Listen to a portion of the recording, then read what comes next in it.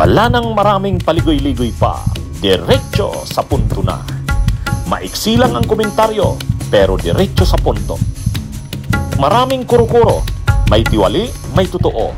Dito, sa Puntong Diretso tayo. Punto Diretso. Okay. O ito. Itong ating punto naman dito sa sinabi ni PBBM, mga kabunyog. Sabi ni PBBM, tungkol ito doon sa, kaugnay pa rin to doon sa kanyang State of the Nation Address, yung SONA. Doon sa kanyang SONA, maraming pumalakpak. Maraming pumalakpak. Nung binatikos niya yung korupsyon sa mga flood control projects at iba pang infrastructure projects ng ng gobyerno. Kasi kitang-kita naman talaga grabe ang korupsyon. Napakarami ng flood control projects pero binaha. Grabe pa rin ang pagbaha sa Metro Manila at sa napakarami pang lugar sa bansa. Samantalang halos kung ilan ng napakalaki ng pondo ang nilaan dyan para sa mga kongresista, pati mga local governments. Ang laki-laki na ng pondong ginastos dyan sa mga flood control. Tama. Sabi ni PBBM, imbestigahan yan. Imbestigahan. Seryoso ako na pa-imbestigahan yan. Tapos nung isang araw, nagsalita si PBBM. Itong mga politiko na involved dyan sa mga flood control na yan at mga iba pang infra projects, kapag napatunayan na sila ay talagang na involved sa mga katiwalian tungkol dyan, ako mismo, ayaw ko na silang maging kaalyado. Hindi niya na raw maging ituturing na kaalyado ang sinumang mga opisyal ng gobyerno, kongresista man yan, senador, governor, mayor, na masasangkot diyan sa mga anomalya na yan, sa mga flood control. Kasi sabi ni PBBM, mahiya naman kayo. Dinadaanan na hirap na dinadanas ng ating mga kababayan. They have to be told who is responsible and somebody has to answer for their suffering. Sorry na lang. Hindi na kita kaalyado kung ganyan ang ginagawa mo. Ayaw na kitang kaalyado. They know who they are. They know who they are. Meron naman dyan talagang mga notorious. Matagal ng ganito ang ginagawa. I'm sorry, but they will have to account for their actions and they will have to account for the expenditures that they have made na hindi natin nakikita kung ano yung naging resulta. Pero anong masasabi natin dito? Anong punto natin? Ang punto natin, seryoso ba siya dyan, si PBBM? Kung seryoso siya dyan, mauubos ang mga kaalyado niya. Walang matitira halos dyan. Seryoso ba talaga siya niyan? Baka naman niya lang yan, propaganda lang yan. Kahit natin sinasabing mauubos ang kaalyado niya, ang sabi kasi ni PBBM, yung mga lilitaw na involved sa mga katiwalian, sa mga flood control projects, sa mga ayaw niya na raw maging kaalyado. Ibig sabihin, hindi niya na ituturing na kampi, kaalyado.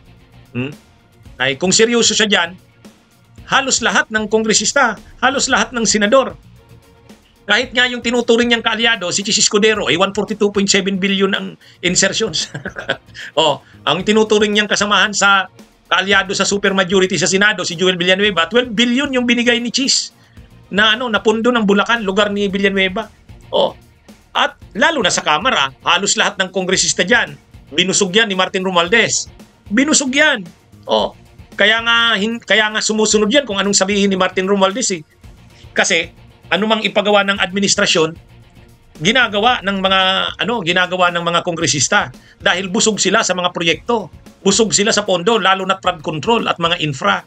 Ngayon, kung seryoso si PBBM dyan, ang daming sasagasaan, ang daming tatamaan ng investigasyon na yan, kung seryoso ang investigasyon.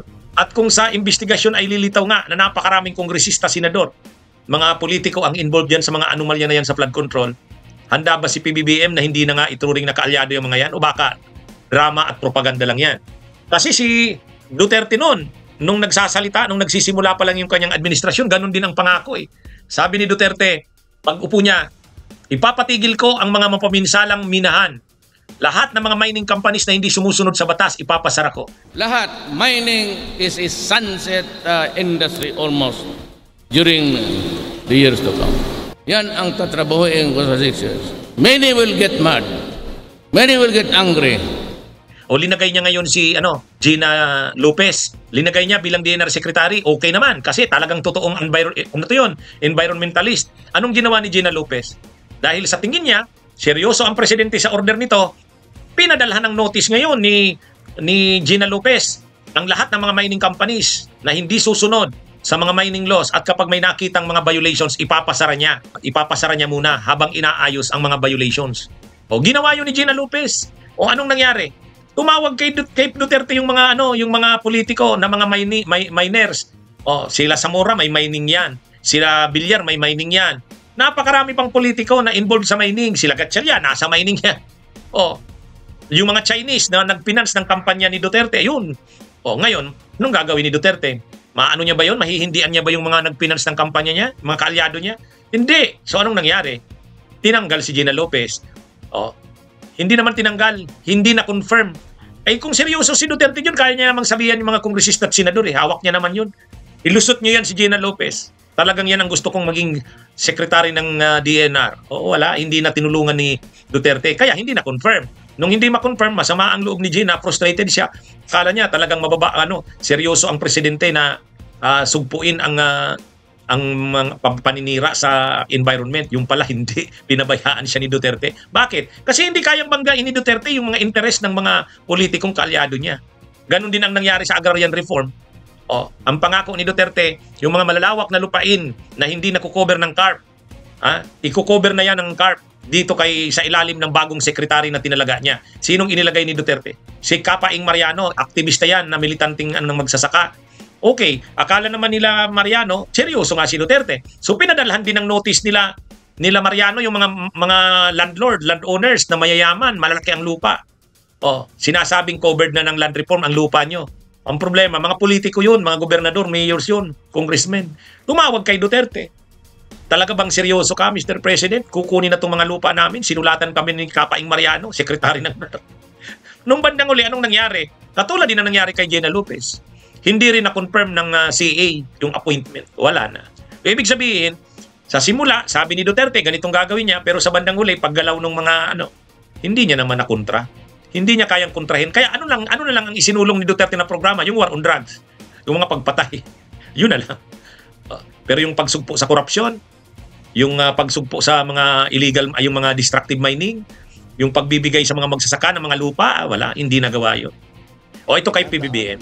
Sabi niya, yung mga involved sa korupsyon, sa mga flood control, katiwalian, sa infrastructure projects, hindi ko na kayo kaalyado. Sige nga, abangan natin. Kasi tayo, ang masasabi lang natin, kung seryoso si PBBM dyan, mauubusan siya ng kaalyado.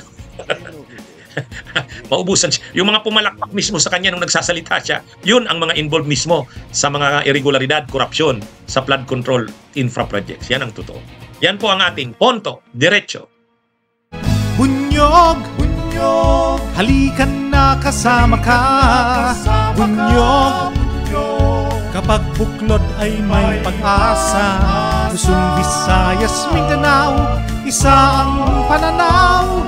Sa bagong Pilipinas ang bunyog isisigaw.